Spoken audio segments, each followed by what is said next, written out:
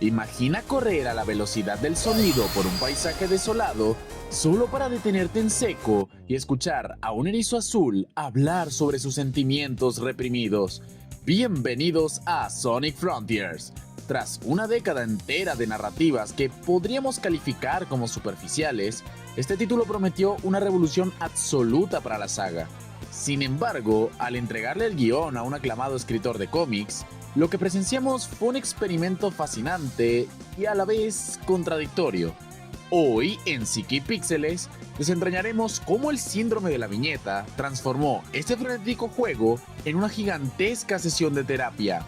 La pregunta de fondo es, ¿realmente sanó a sus personajes o expuso nuevas cicatrices?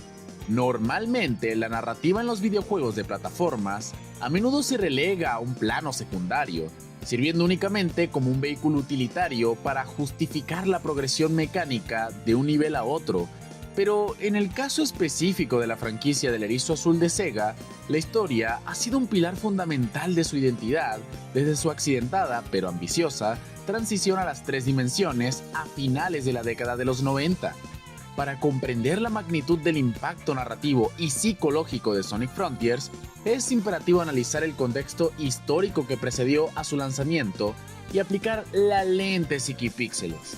Con este marco teórico evaluaremos la simbiosis y las fricciones que existen entre la profundidad psicológica de los avatares virtuales y su coherencia con las mecánicas interactivas y el diseño del mundo que habitan. Recordemos que durante la década de 2010, un periodo coloquialmente conocido por los historiadores del medio y la comunidad de jugadores como la era meta, la dirección narrativa de la franquicia fue delegada predominantemente a escritores occidentales, provenientes de la animación cómica infantil, notablemente Ken Pontac y Warren Graff. Todo se volvió excesivamente autorreferencial, donde la comedia física, los diálogos irónicos, los chistes sobre perros calientes y la reducción dramática de los personajes dominaron el panorama interactivo. Los conflictos existenciales, las dinámicas interpersonales complejas y el tono de shonen que definieron títulos como Sonic Adventure 2 o Sonic Unleashed fueron reemplazados sistemáticamente por tramas episódicas e inconsecuentes. El punto de quiebre absoluto de esta filosofía se manifestó trágicamente en Sonic Forces. Este título intentó recuperar un tono más oscuro, pero fracasó estrepitosamente debido a una incapacidad crónica de sus personajes para actuar con la competencia y seriedad que la trama apocalíptica exigía. Figuras históricamente independientes fueron relegadas al papel de animadores pasivos, temblando de miedo o dependiendo exclusivamente del protagonista para resolver conflictos básicos.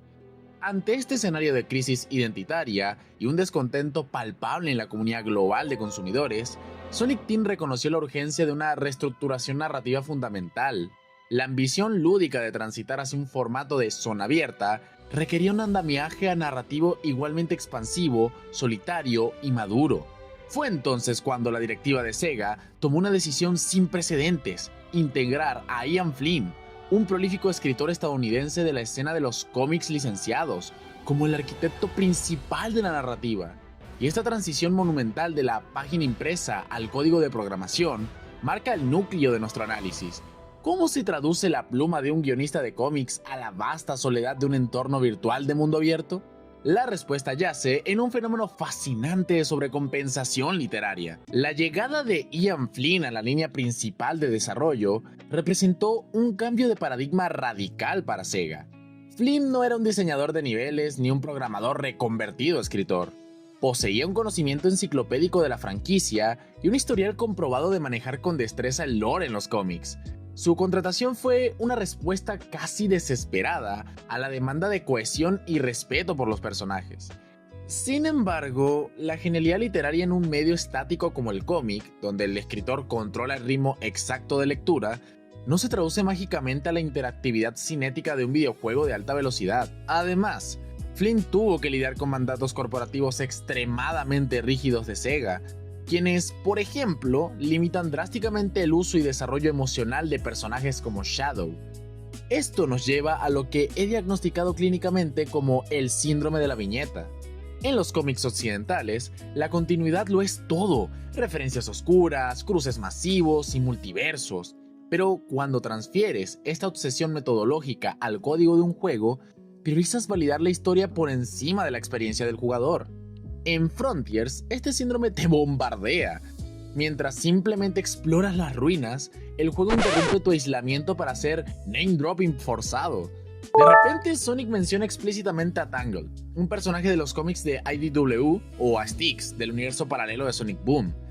Flynn utiliza estas menciones como suturas literarias para coser un canon que estaba roto, exigiendo al jugador un conocimiento enciclopédico previo que convierte la exploración melancólica en un constante examen de trivia corporativa. Pero, si el síndrome de la viñeta es el lado torpe de adaptar a un escritor de cómics, la sobrecompensación narrativa es su contraparte reparadora y absolutamente brillante. Ian Flynn heredó un elenco que había sido despojado metódicamente de su inteligencia y su complejidad emocional. Para arreglar esto, Sonic Frontiers no opera solo como un juego de mundo abierto, sino como una elaborada infraestructura clínica. Los personajes son sometidos a una terapia psicológica intensiva bajo el pretexto del confinamiento en el ciberespacio. Empecemos con Tails. Este zorro pasó de salvar ciudades él solo a acobardarse en posición fetal ante villanos genéricos en Forces, perdiendo toda su agencia narrativa. Flynn no barrió este fracaso bajo la alfombra, lo abrazó como un diagnóstico clínico de trastorno de estrés postraumático.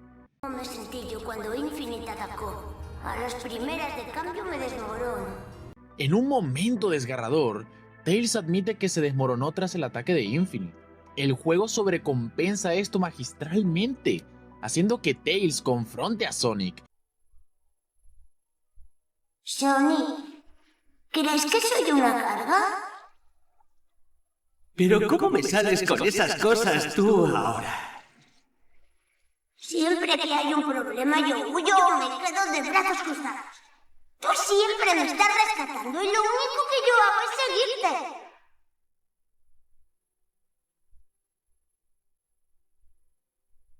¿Quién impidió que Eggman volara a Station Square? ¿Eh?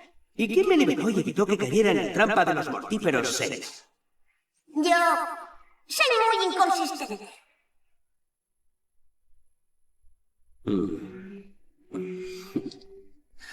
Tío, tranquilo.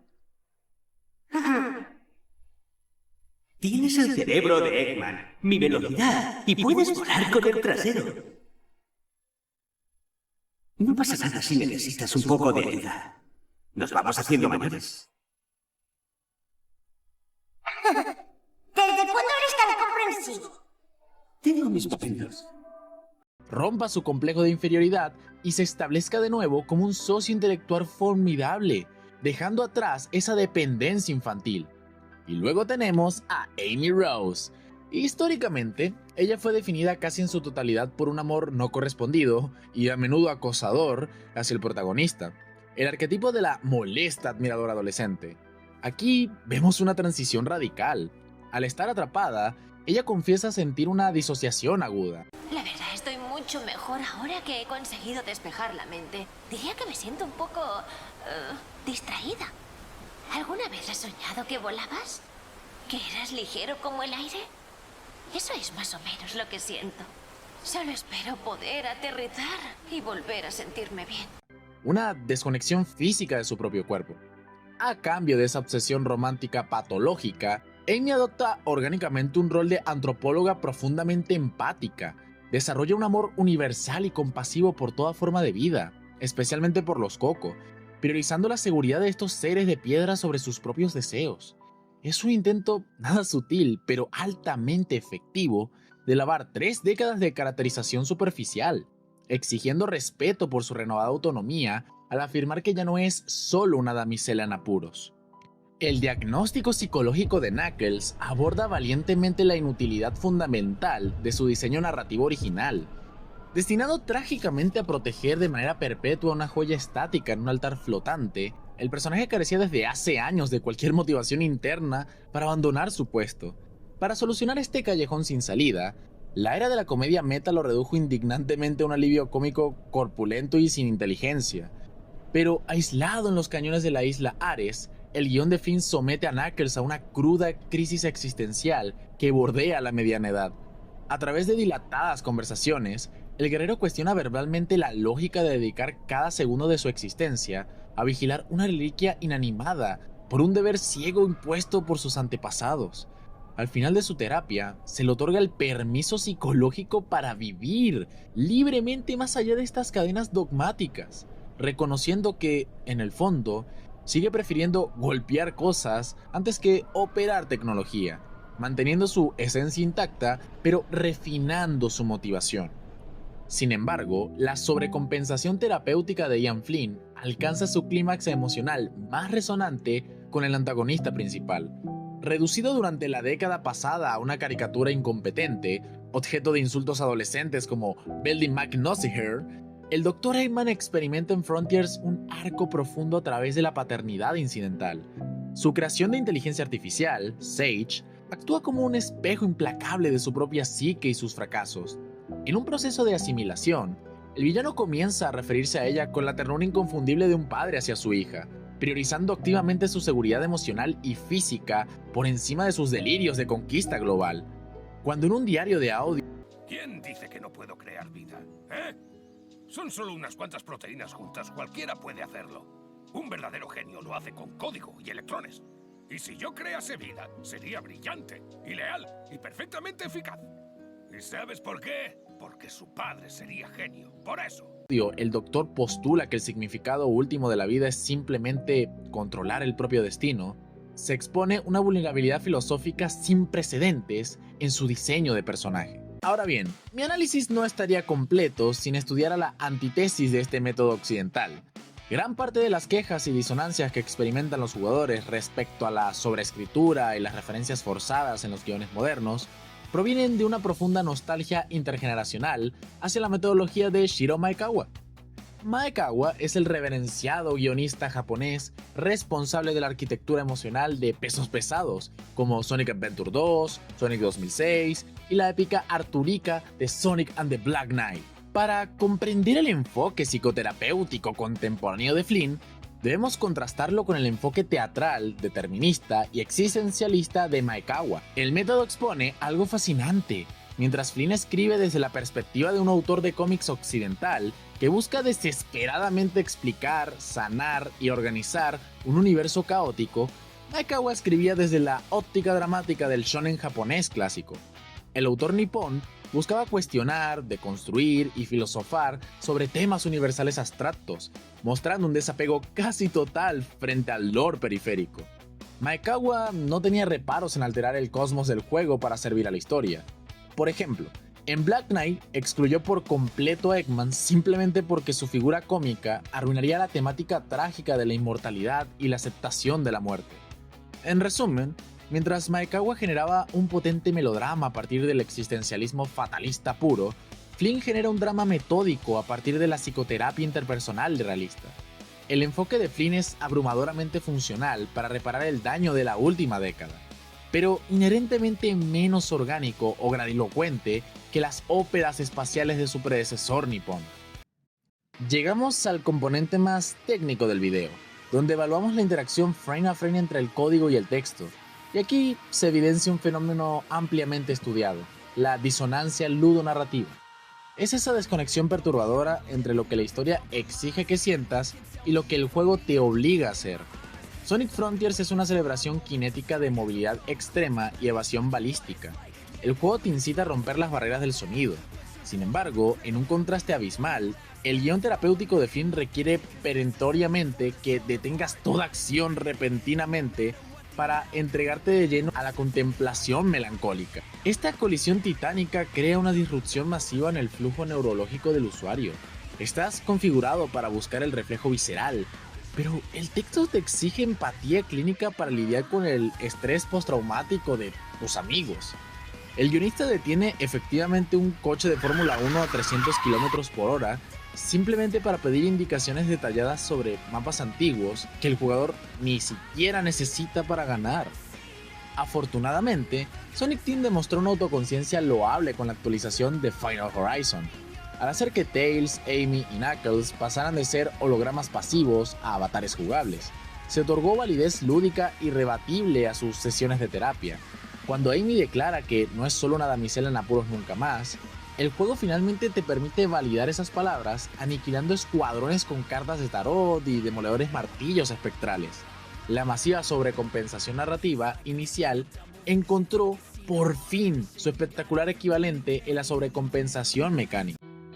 En conclusión, la monumental arquitectura de Sonic Frontiers revela que el trabajo de Ian Flynn representó una intervención quirúrgica indispensable para una franquicia que había sufrido una prolongada negligencia emocional.